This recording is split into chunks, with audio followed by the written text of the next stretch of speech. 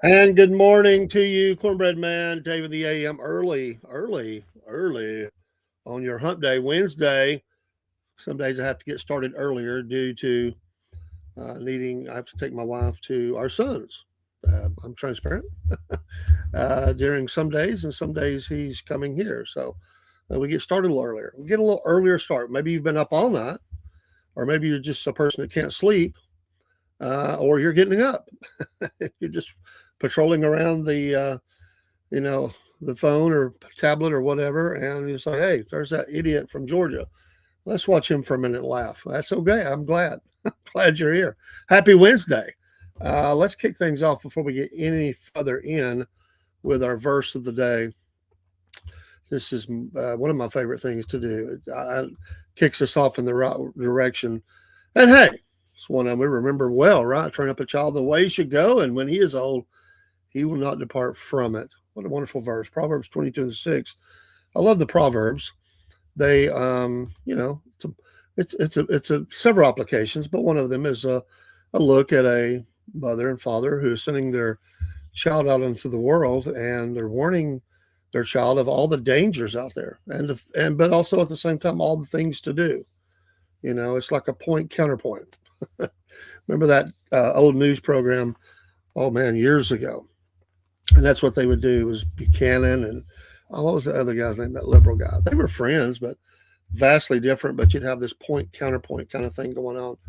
That's kind of the way that is with that. It's like here's look out for this, but be this or find this. And we all your kids get older, they're going off on trips and things with other people, and then you're giving them wisdom, every family goes through. I mean, it's whether it's to an overnight stay or they're going off to camp or they're going off to college or whatever the case may be. It's like, what do I want them to, you're trying to pour all this into them, realizing only about 2% of it's going to probably be heard, but you're trying to get everything in, every concern you have about, the people they're going to be around, and, you're only a phone call away. And I was watching these, one time I did security in a parking lot. Yeah, I guarded a parking lot. I've made good money guarding parking lots before. So, but it was freshman day, and we were guarding parking lots. They said the incoming freshmen, their parking passes do not work till 8 a.m. the following morning, but they will try to come in and remove barriers and stuff and things. They're college. I think whatever. And so they get all, they come into town. Parents are dropping kids off, but they can't take these parking spaces the next morning. So I was dealing with that. But anyway, there was a family leaving from Chattanooga, and they were headed back to Memphis. Now this was cracked me up, and they were probably not. They were not inner city Memphis. I'm sure. I think they were probably, on the outskirts, the suburbs. But anyway, they're rolling away. They've just dropped off their freshman daughter for college, and it's a good school. But they're rolling down the street, and I'm kind of on the edge. I mean, because the school's situated in right downtown, so they have their own police force and do a great job. But there are dangers and dangerous areas, and so I see these people in an SUV. They're rolling down the street. They have that look of it's like you could tell they're scared to death. And they said they stopped. They said, "Sir, could you answer a question for us?" I figured most people wanted to know how to get back on the interstate. It's not that big of a town, but you can get turned around. And so they said, "Sir, can you answer a question?" I said, "Sure. What you got?" They said, "Is this a safe school?" They're looking at me. What? And they said, "We just dropped our daughter off, and she's never been away from us. She's except for spending out with a friend. She's never been away. Like, there's six. We're gonna be 6 hours away." And they said, "We're from Memphis." I said, "You're from Memphis? Not a problem." I said, "We're good." No, I said, there's problem. There's danger anywhere, but the police force here is excellent, and they are. The campus police and the city police, and matter of fact, I had radio traffic in and out, and I could hear them taking care of a couple of things that people tried to act up. But it's like anywhere. You got to know your surroundings. You got to know your, one street over, two streets over. This street may be fine, two streets over, not so much. How many people have went to Mardi Gras, They're on the main strip. They get two streets over and they end up dead. I mean, it's like that. You got to be careful. And so they said, "Well, we're so glad to see you." That's well, that's good. I didn't tell them that. I'm not there all the time, but it made them feel good. So as they traveled back to beautiful Memphis, I was more worried for them than I was their daughter, to be honest, from where they were going. Nothing against Memphis; it could be a lot better, but they got to clean it up. And the crime is bad. I've been there a couple of times, 2 or 3 times, and that's the things I saw. I thought, you're not home anymore, Dorothy. I mean, you know, but here, yeah, there can be violence, but minimal. Just keep your head about you. But I guess that's anywhere. But you want to send your child off in the right frame of mind, the right direction. All right, our national day today. What is our national day? Um, it's good Lord. Everybody's got their national days now. Here's one that people don't think about very often. It's National Funeral Director and Mortician Recognition today. Um, okay, I guess everybody gets a day. Okay. I did jury duty one time with a guy who was he was the funeral director, mortician, whatever you want to say. And most time you hear funeral director now. I don't ever hear mortician anymore. But he fascinated the potential juror selections with tales, not tales from the crypt, but tales from the funeral home. I remember all the women. They were like, "Tell us, how you do this and what it's like." They say, "No, wait a minute, I don't want to know. I want to know." It's like they wanted to know, but they didn't want to know. And he was very forthcoming. He regaled them with stories from the funeral home and what they do as they prep a body and prepare a body and everything. And it was fascinating to hear some of it. It's a necessary work, and we have some good ones around here. But there's always that look, you just can't get away from it, especially when you know what they do. It's like people are a little spooked around people like that because they deal with the dead.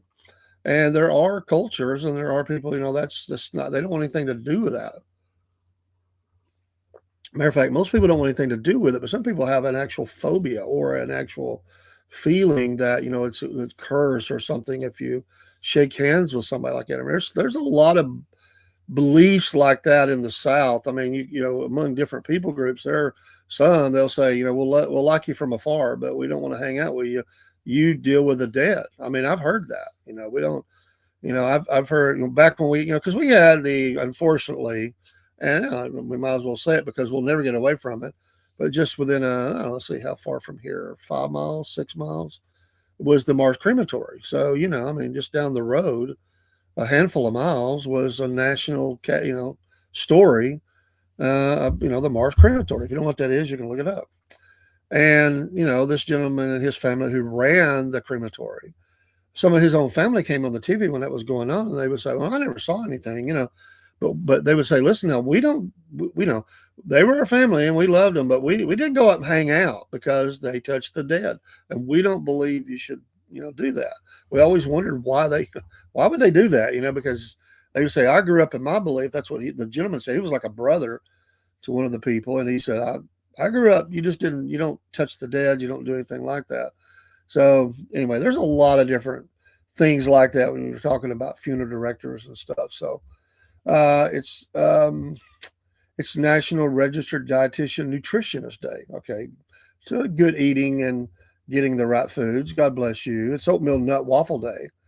I'm not a big waffle person. I could eat it with the right syrup. It's not a problem. I mean, I could eat that. Not a big deal. National Worship of Tools Day. I've never heard such a thing, and I'm not worshiping my tools. I'm sure it's tongue in cheek. National Johnny Appleseed Day. I've heard that from, not the national day, but Johnny Appleseed from a youth. I've heard that. National Proposal Day. Huh. Got to get those proposals in. And let's see, was there one other? This one. National 311 Day. Everybody, we got all these numbers. 311, non-emergency services, report issues. So all you 311 folks, you get your own day. 311, 911, 311, 511. There's like 4 or 5 of them. I think there's a 211. I've never heard of 111, but there is many of them. We appreciate what those people do. I was watching videos. You get caught watching these little videos. I'm a sucker for watching cop videos and uh, the long. You got, of course, online the little places you got to watch them when they have short videos. You got to go through part one, two, three, four, five, six, seven. That's a little annoying, but I do like to watch stuff like that. Not that I like to see people in trouble. I don't. But I guess it's just more watching, how people deal with stuff that they did, how they try to hide stuff, or how they're being harassed and they've done nothing wrong. They're just good people, and you see all that. I mean, the videos there. But anyway, you know, watching some of those things and seeing how people act in those situations are fascinating. How they lie about stuff and what I was watching one. I forget where I was going to go with that, but anyway, they you catch them in the lie, or you catch them in the I've always felt like I was probably in another life I could have been a defense lawyer, because I always think of the defense of it, like how many times they don't shut their mouth. Shut your mouth, don't say too much. You're burying yourself. I'm here to help you.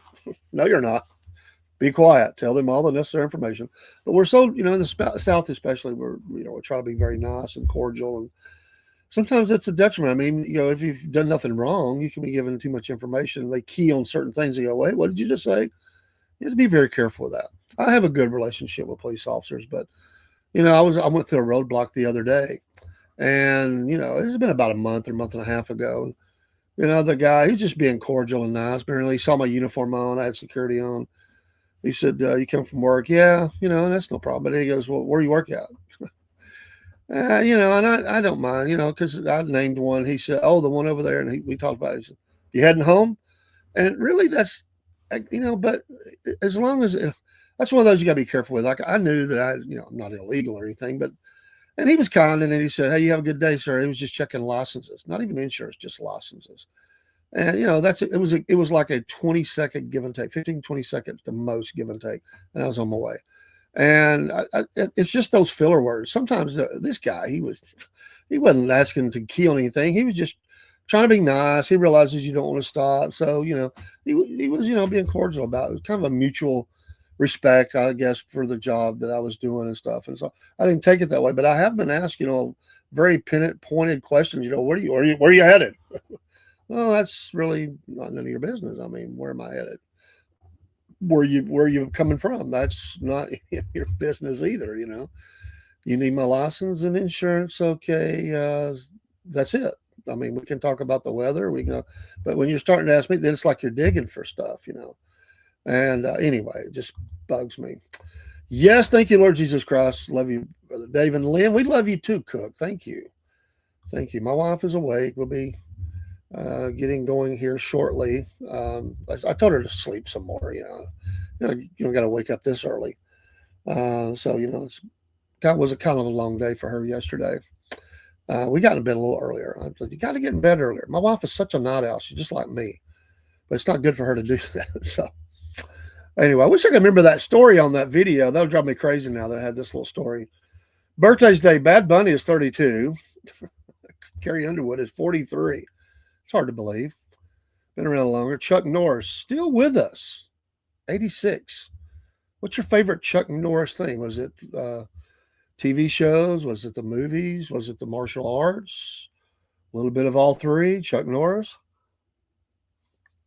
a man of faith. He used to do a column, I don't know if he still does, on WorldNet Daily. I used to love to read his stuff on there. I don't get over there as much as I used to. Joseph Farah and his, they kind of a news aggregate site. They do write articles too. And I enjoyed reading their stuff, WorldNet Daily, because a lot of times I would learn stuff there that I hadn't before, but I have so many sites to go to and so little time. I feel like Willy Wonka here.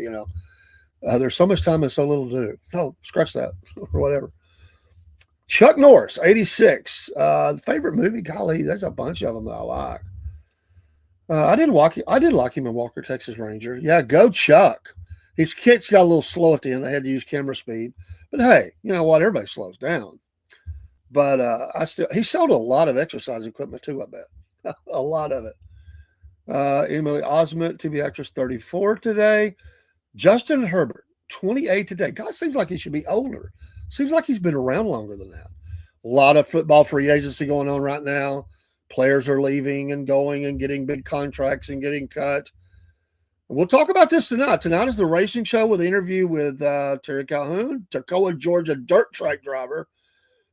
We'll talk the NASCAR race, Phoenix from Sunday, and sports. And in sports, we're going to talk about. We always have my feature, the teams of suck.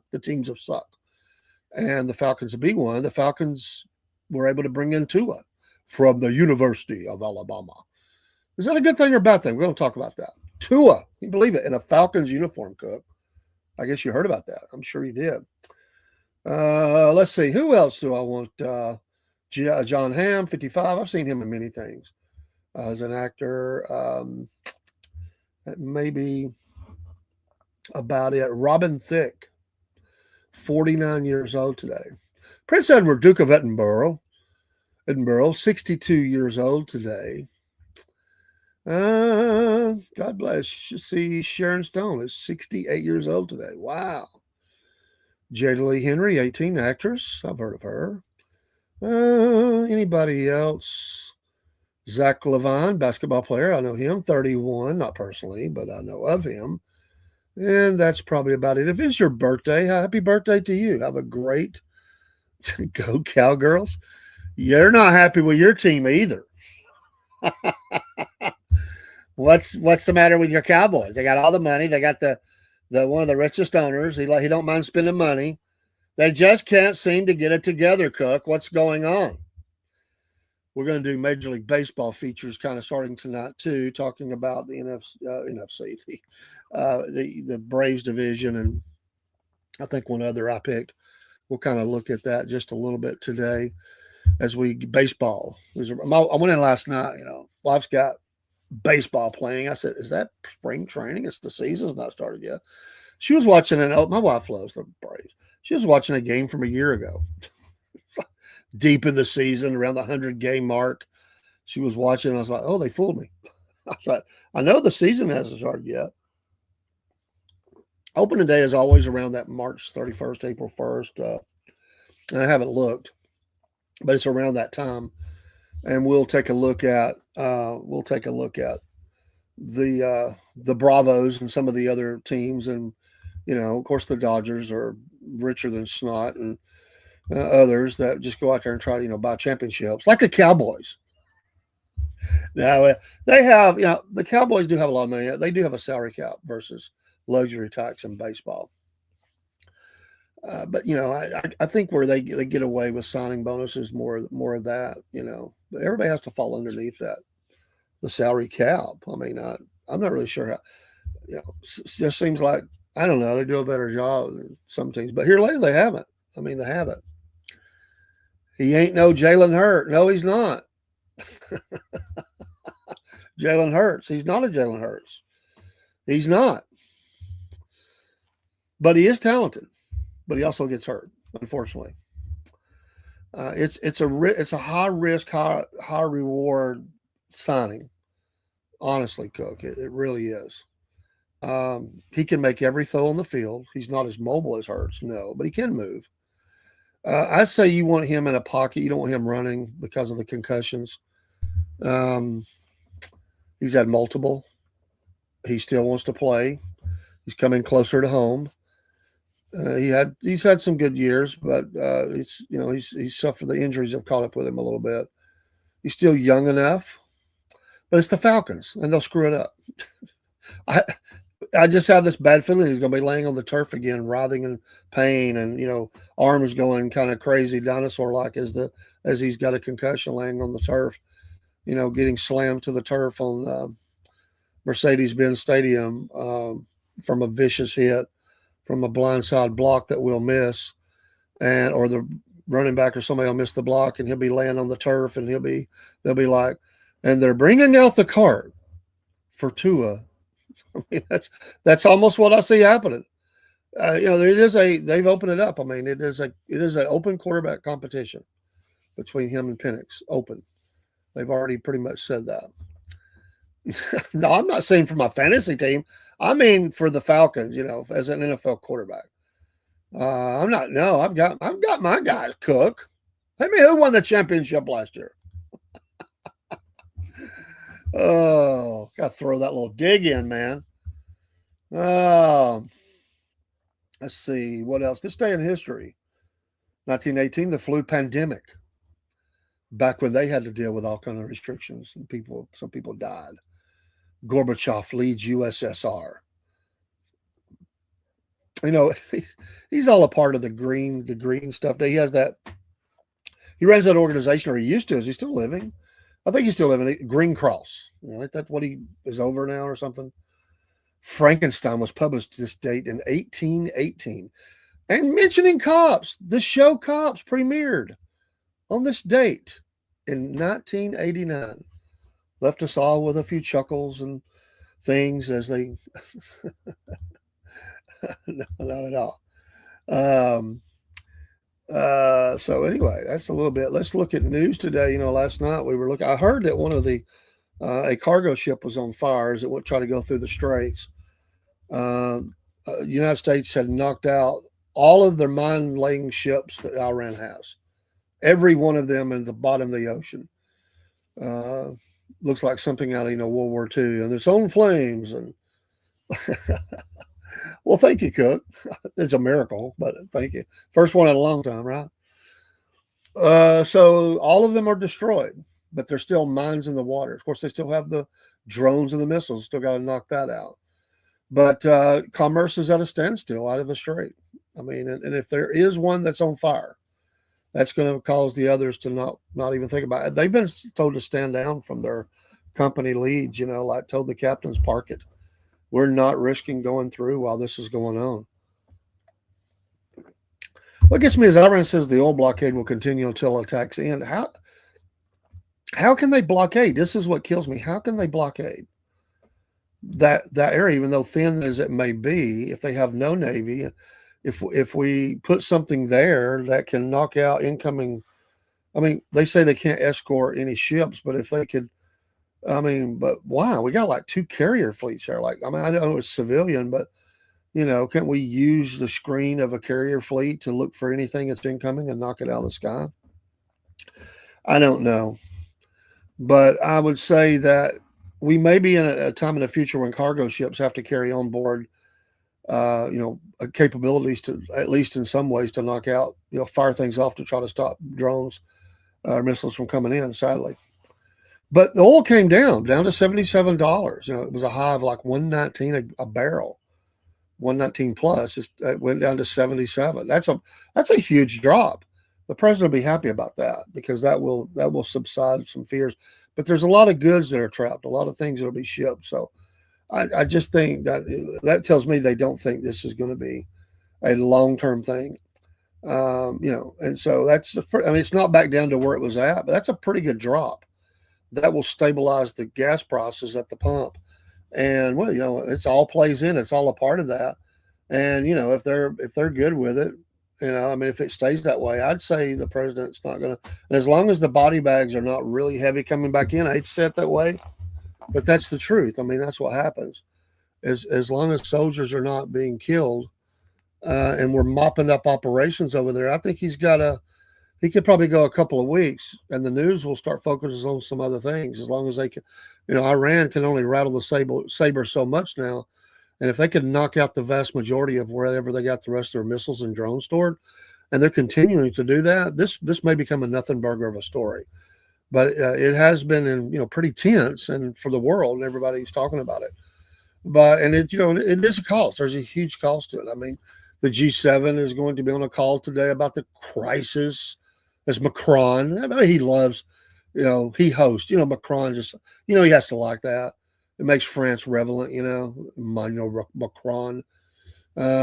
He's going to discuss the Iran crisis and oil prices.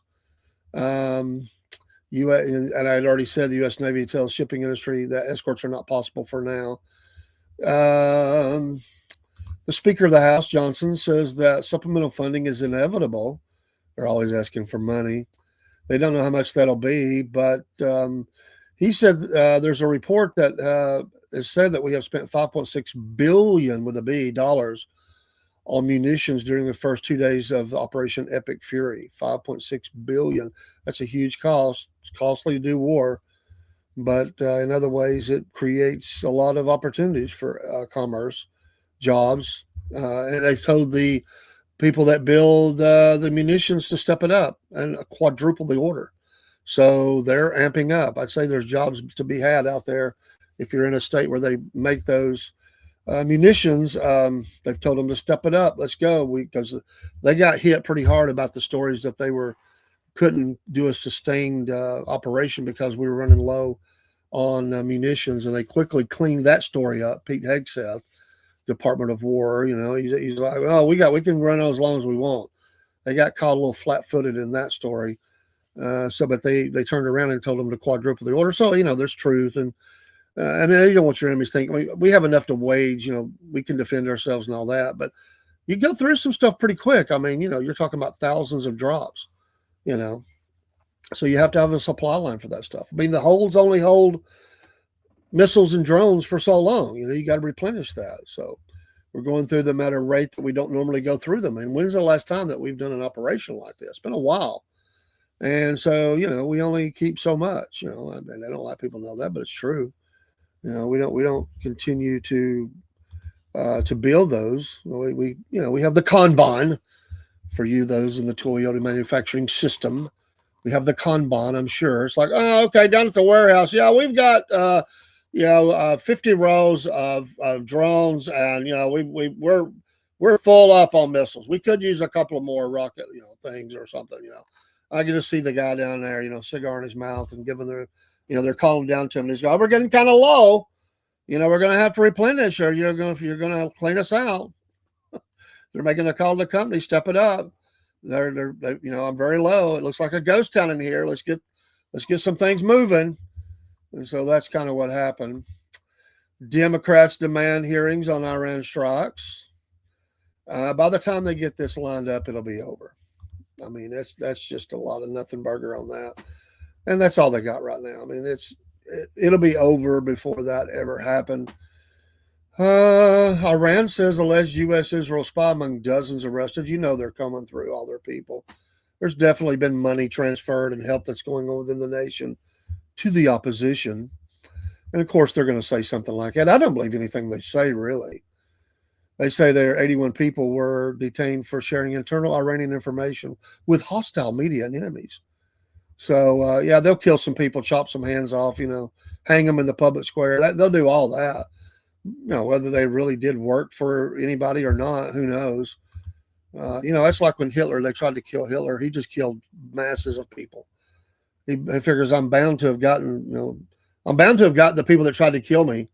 I just got to kill a lot of people. That's what they'll do. Top Iranian security official threatens Trump. We heard about that. He better watch he better check his 401k for his family, because if he's making threats like that, he's on a deck of cards that's showing death. It'll be his funeral is already planned. That's the truth of it. They'll kill him. There's a report as many as 150 troops are hurt so far. You got collateral things. You have one or two that get killed in action, and then you'll have a bunch that are injured. They have only previously discovered 8 are wounded. The Pentagon has no immediate comment. I'm sure they don't, but that's the sources are saying up to 150, up to that, are injured. That could be a different kinds of injuries too. I mean, it could be, minor to major. So, what is an injury? What is on their OSHA? They don't have to follow OSHA. There's a government, but what numbers are they reporting? Be nice to see that daily report. There's a report the U.S. urges Israel to stop hitting Iran oil sites. They were caught flat-footed on that one. When the blazes were on Tehran, I mean, the fire was in the sky, black smoke. It was rumored they didn't know that was going to happen. Senate Dems dispute Trump claim the war nearly over. Of course, they're going to amp that up. And again, it's just to keep news out there. Senator Kennedy apologized over school bombing. I like listening to him sometime. Republican Louisiana. He voiced remorse that the U.S. bombed a girls' school in Iran at the start of the military operation in the country last week, and about 175 people was killed. It was terrible. We made a mistake, he said. Other countries do that sort of thing intentionally, like Russia. We would never do that intentionally. I think the department is investigating it now, and I'm sorry. I'm just so sorry it happened. It was a mistake. And that, when you start dropping bombs, that's, the kind of thing that can happen. So, video has verified by analysts appears to show a U.S. Tomahawk cruise missile striking near the school, according to a Reuters review of the footage and satellite imagery. The video shows a missile hitting near the school on Saturday, February 28th. The location was confirmed by matching buildings, trees, utility posts, running walls, roads, layouts with satellite imagery.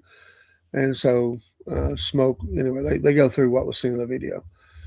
And that's a horrible thing. It's just horrible. I mean, there's always those that get caught up into stuff. Nobody wants to hit a kid's school.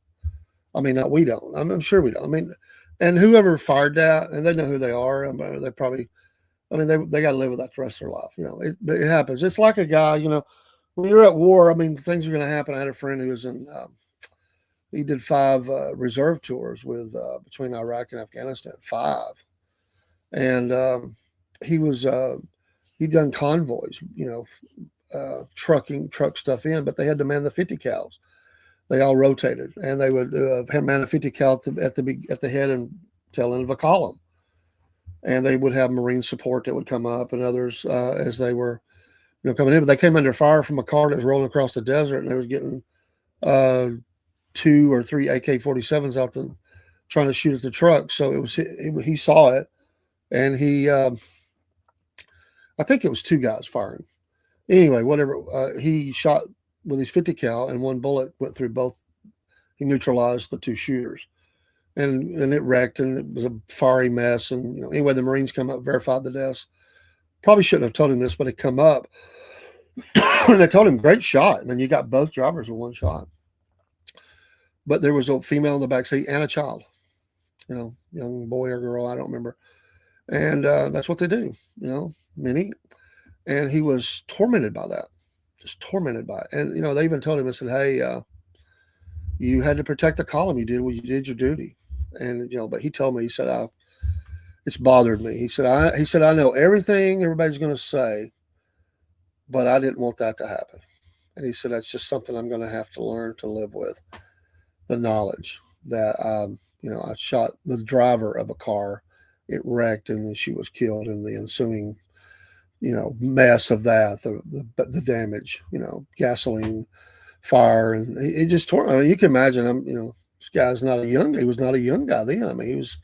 He kind of came back up, but he can't serve now. He's retired from work and has some health problems, if I remember right. But it's hard, and these guys, these men and women are going to come back. Some of them with, even if you're sitting at a video screen and you're sitting in a drone or something, so you're going to see that explosion, and later reports may come out. It's something you have to live with. We're just not geared that way. Most humans are not geared that way to do that to other humans. And we do our duty, but it's not what we're geared to do. And it goes against every fiber of our being. Trump calls new $300 billion Texas refinery a massive win. We've not built any refineries. I was talking about this the other day. And that has always been a block by the EPA and others. They've never wanted to do that. We need new refineries for capacity and aging equipment. Anyway, he said he announced plans on Tuesday for what he describes as the first new oil refinery built in the United States in 5 decades. Like I said, 1970s. It's a project expected to be constructed in Brownsville, Texas. In a post on Truth Social, he said the project represents a major investment tied to his administration's wide-ranging energy policy. America's returning to real energy dominance, Trump wrote. Today, I'm proud to announce that America First Refining, I like that, is opening the first new oil refinery in 50 years in Brownsville, Texas. He described the project as a historic investment tied to international energy partnerships. This is a historic $300 billion deal, the biggest in U.S. history, a massive win for American workers, energy, and the great people of South Texas. He also thanked the international partners involved in the project, partners in India and their largest privately held energy company, Reliance, for the tremendous investment. And so he says, America, it's because of our America First agenda, streamlining permits, which they could never get approved for 50 years, and lowering taxes that have attracted billions of dollars in deals coming back to our nation. He said the refinery would be built at the port of Brownsville and would supply domestic energy markets while supporting exports. A new refinery at the port of Brownsville will fuel U.S. markets, strengthen our national security, boost American energy production, deliver billions of dollars, if I can speak, in economic impact, and will be the cleanest refinery in the world. It will power global exports and bring thousands of long overdue jobs and growth to a region that deserves it. He added, this is what American energy dominance looks like. America first, always. That is great news. I have said for a long time, we needed to get back in the business of building some refineries. We only have so much capacity. And those refineries, we have to, they're aging. At some point you got to build new. No matter how much you replace parts, you got to build new. And that's one of the reasons that we haven't had this, ability to really have our own energy dominance and not worry about anybody else because of the capacity. If you're going to drill, baby, drill. You have to have somewhere to take that oil for refining. And we do have a lot of capacity, but we need more. It's going to take more. There's a lot of oil that flows through this. A lot of gasoline that flows through this country. We drive a lot of cars in this country. It's a necessity to have, enough capacity to take care of the demand. And yeah, there's a lot of people driving hybrids and battery and whatever. And some people don't have cars, but still, they may be using public transport, which may be battery. There's a heck of a lot of things that are driven here by oil, the energy off of that, the gasoline, the whatever it is. So, good news. That's good. I was just talking about that 2 days ago or something. I think it was the day before yesterday. I was talking about that. I didn't know that news was coming. So, and I didn't see that last night. Good job, President Trump. I'll give him congratulations. I think that's good. It's jobs and energy and. And that's part of that. He said streamlining permits to do business, and that's and people will tell you on the local small level to the major corporation, it takes so long to get things done. It's like back when Obama was in office and he did his shovel-ready projects.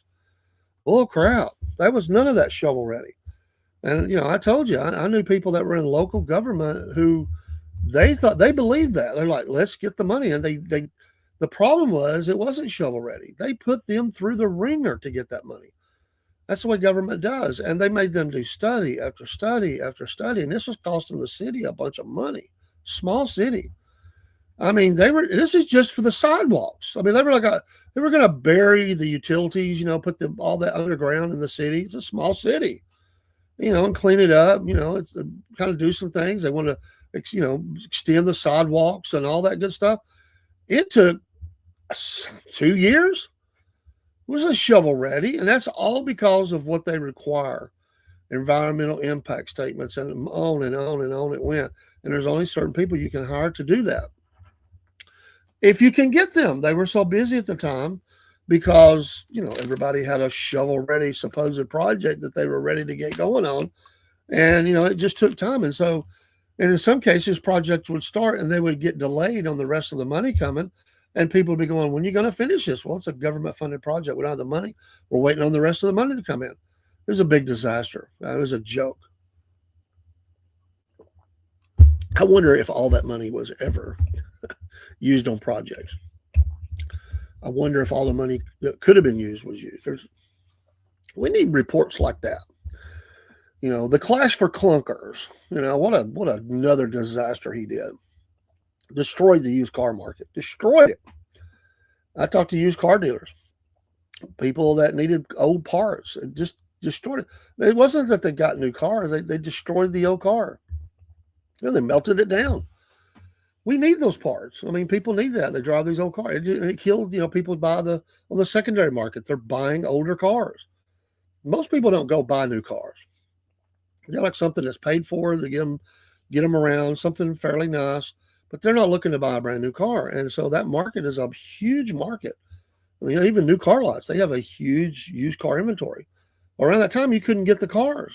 They were buying them all up and destroying them. And then the the downstream of that was the car parts. I mean, how many of you have went to pick apart or some junkyard where you got that and you just couldn't get it. Some models, it was almost impossible to get the parts, and what you could get, the price is shot way high. So yeah, not good for not good for America. And I remember they were frustrated. There were people talking about we're gonna have to shut the lot down. We can't get the cars. Been many years ago, but what a disastrous program. It's like, what was it, the bailout for GM? Someone did the math, and you could buy everybody a brand new car in America. Or I mean, it was all kinds of stuff like that. They just throw money around. Fetterman in the news again. Democrats should recognize gains from Iran strikes. Hey, he's back to his hoodie. He's back on the hoodie on the TV doing the interview from his office. He's got the hoodie on. Mr. John Fetterman, Democrat, Pennsylvania. He told his fellow Democrats that they should acknowledge what he called the benefits of President Donald Trump's military action. Of course, they hate John Fetterman. They want him to sit in the corner and shut up. He says the operation was a welcome step toward blocking the regime from obtaining a nuclear weapon and degrading its missile program. He was on the record with Greta Van Susteren. He highlighted his split with many in his party on Iran and came as the conflict carried broader military and economic risk. And then CNN had some reporting there. In the interview, Fetterman said Democrats have long agreed that Iran cannot be allowed to acquire a nuclear bomb, then questioned why more in his party would not call the latest action a positive outcome. Why can't we, here's a quote from Mr. Fetterman, Senator Fetterman, why can't we as Democrats agree that what's happened is a very, very positive development for world peace, definitely for regional peace? He asserted that the operation denied Iran the ability to build a nuclear bomb and help destroy its missile technology and broader program. He argued that Trump had acted where several administrations had failed, saying years of negotiations and coordination with allies had not produced a lasting solution. President Trump decided to do something about it. Somebody's got to do something. Multiple presidents have tried over decades, negotiating treaties, working with our allies in the region. All these things never worked. He also argued that Iran's refusal to accept arrangements for peaceful nuclear activity showed it was pursuing more than merely civilian use. Now, they could have had peaceful kinds of pursuits, and now they could agree that you're never going to acquire these kinds of technology or these kinds of weapons, and they refuse to do that. That demonstrates that what their true ambitions have always been at this point. So he goes on. It's a little longer article. We won't go through all that. John Fetterman making his feelings known about again, he is a Democrat. He is not in line with true conservatism or anything, but he is a thorn in the Democratic side. At first, they could write a song. At first, they loved him, and then they hated him because they loved him at first because Republicans were questioning, can he even run? All the mental problems with the stroke. Democrats, boy, they just poo-pooed all over that. And then when he doesn't start voting with them, oh, wait a minute, he may be sick. We need to look at him. We're worried about him. He's a sick man. He legitimately, in the beginning, did look very sick. I mean, the brain lapses, he was weak and feeble, and it's a little, I was saying he probably needed to, take a break and just work on health, but he's weathered through, and he's been very clear, and he's definitely always going to have that side of him and how he feels. And it's still such a strange situation, That race could have been handled a whole lot different. I wasn't a fan of the Republicans' nomination in that arena, who they really supported, and it come back to bite them. But in the end, it has actually helped Republicans. So who knows? Maybe Dr. Oz, maybe he wouldn't have voted as much as we think he would, or they thought he would. I was never a fan of him in that race. I just never thought that was a good pick for that. That's my opinion. and everybody has one. Good morning to you, though. We're going to have to get off here. It is time for me to go help my wife. We have our morning routine to get her ready to go to our sons. And so we're going to be up and at 'em and out of here and taking kids to school and getting to work.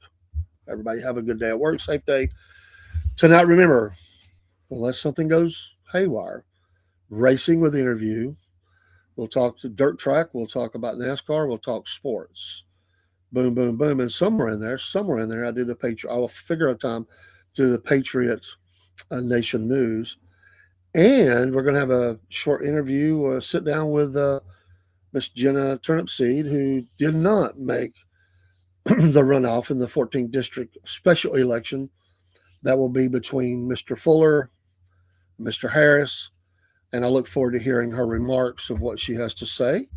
And we hope to have her come many, many more times. And we'll get her feelings about it and her thoughts about going through that really fast.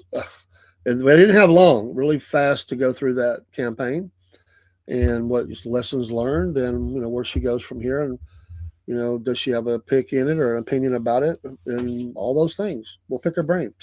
It's whatever she wants to share. She requested the time and we're here to listen to her. So we'll ask a couple things. She'll probably cover all the things that I'm even thinking about. And that is supposed to kick off around 4:30. 4:30. Miss Jenna Turnipseed. She will continue her service to the nation. I'm certain of that, and the community, and in a greater way. All right, have a great day, and we need to get on out of here and kind of shut things down. And we'll see you this afternoon, Lord willing. Pray for our troops, and pray for our leaders, and pray for us. Pray for my wife; she certainly needs that. We appreciate Brother Cook stopping by, and everybody else that's out in the shadows. That we don't know who you are, but we see the number. We appreciate seeing your number.